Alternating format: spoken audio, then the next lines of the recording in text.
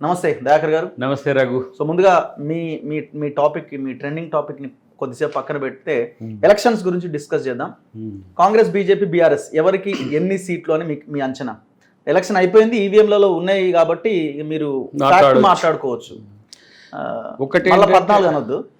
ఒకటేంటంటే బీఆర్ఎస్ అనేది సీన్లో లేకుండా పోయింది.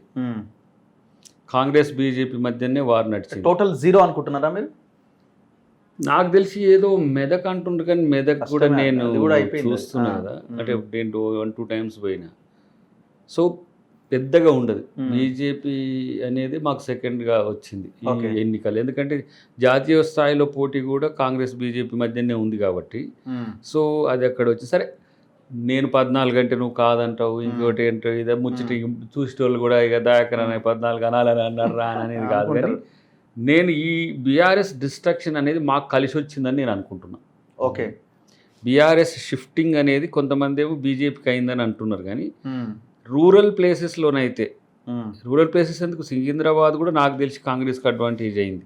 మల్కాజ్గిరి ఓటింగ్ పర్సంటేజ్ తక్కువ ఉంది కాబట్టి మనం కామెంట్ చేయలేం. ఓటింగ్ పర్సంటేజ్ కొంచెం ఎందుకు అది డైలమాలో ఉంది. ఎక్కువ మంది ఆంధ్ర సెటిలర్స్ అటు వెళ్ళిపోవడం వల్ల కూడా పర్సంటేజ్ తగ్గింది.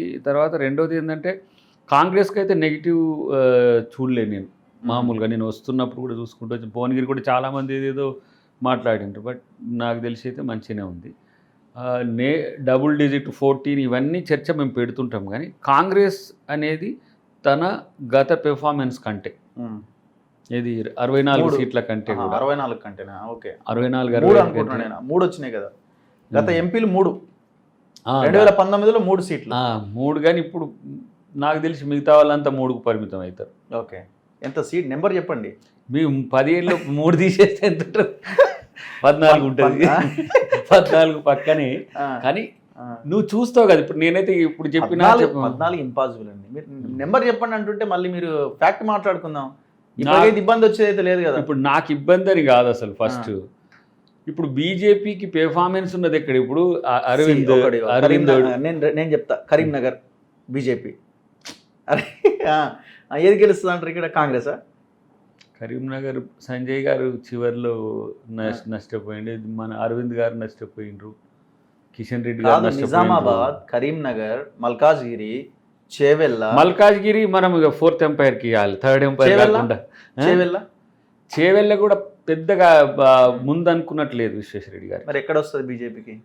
బీజేపీ వస్తే గిస్తే అసలు నాకు తెలిసి చెప్పలేం. చెప్పు, నువ్వు చెప్పు, నేను వింటా. నేను అంటున్నా కదా, చెప్పు. నేను అంటున్నా మీకు 7+2 వస్తే 9 దగ్గర మీరు ఆగిపోతారు. నా అంచనా, నీ అంచనా 7+2 7 నియోజకవర్గాలు బీజేపీ వచ్చేది చెప్పు. బీజేపీ 5+2 అంటున్నా నేను. అది ఎక్కడ? 5 కరీంనగర్, మల్కాజ్గిరి, చేవెళ్ళ, నిజామాబాద్. సో ఆదిలాబాద్ డౌటే ఉంది, భువనగిరి డౌటే ఉంది, సికింద్రాబాద్ ఎక్కడ చూస్తే మాకే మొత్తం వచ్చేటట్టు నువ్వు చెప్పిన పేర్లు చూస్తే. మెదక్ కూడా టఫే ఉంది. ఇగో 3rd ఎంపైర్కి ఇచ్చేయి. నాకు జీవన్ రెడ్డి గారిది కూడా క్లియర్గా అనిపిస్తున్నది, సంజయ్ గారిది, తర్వాత మన ఈటెల గారిది అంతే. 3rd ఎంపైర్కి ఇచ్చేయి, కొంత కన్ఫ్యూజన్లో కొట్టేయి. విషన్నది కూడా చూడు నువ్వు. నేను అంటున్నా కదా, తను ముందు ఉన్నంతగా లేదు, లాస్ట్ లెవెల్లో టిల్ట్ అయింది. నేనైతే మ్యాక్సిమం 12 to 14కి వస్తుంది అనేది నా అంచనా. చూడాలి. నువ్వు 12 to 14 అనేది? Okay, maximum. ఇంటెలిజెన్స్ కూడా లేనట్టుంది, స్టేట్ ఇంటెలిజెన్స్ వాళ్ళే 10 అంటున్నట్టున్నారు. ఇంటెలిజెన్స్ ఇప్పుడు అంచనాలు ఇంటెలిజెన్స్ మాకు ఇచ్చినవి తెలుసు, మా అంచనాలు పార్టీగా ఉన్నాయి. కాబట్టి ఏదేమైనా ఈసారి గతం కాంగ్రెస్ ఎట్లా బలహీనంగా ఉందో ఆ స్థితి దాటి 24 సీట్లకు వచ్చిన దానికంటే, 64 సీట్లు అంటే ఏంది, మీకు ఎన్ని రావాలి? దాదాపు ఒక 7-8 రావాలి, కానీ వాటిని దాటిపోతున్నది.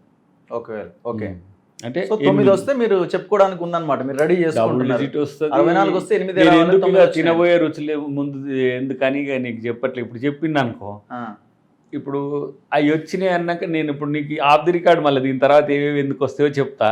ఆన్ రికార్డ్ చెప్తే అది మళ్ళీ మా వాళ్ళు ఇబ్బందికరమైన వస్తుంది. ఎందుకంటే ఓహో ఇక్కడ తగ్గిపోయింది అనేది ఎవరైతే రానోళ్ళు ఉంటారో అది బాగుండదు. కానీ నీకు వేరే ప్లేస్లలో బీజేపీ బలపడ్డట్టు కనబడ్డది బీఆర్ఎస్ డిస్ట్రక్షన్ వల్ల, కానీ ఓటింగ్ వాళ్ళకి ప్యాటర్న్లో లేదు. ఇప్పుడు ఏదో సోషల్ మీడియాలో మాట్లాడినట్టే ఇట్లా చేసినట్టే ఉంది కానీ ఓటు వేయించే కార్యకర్త లేడు.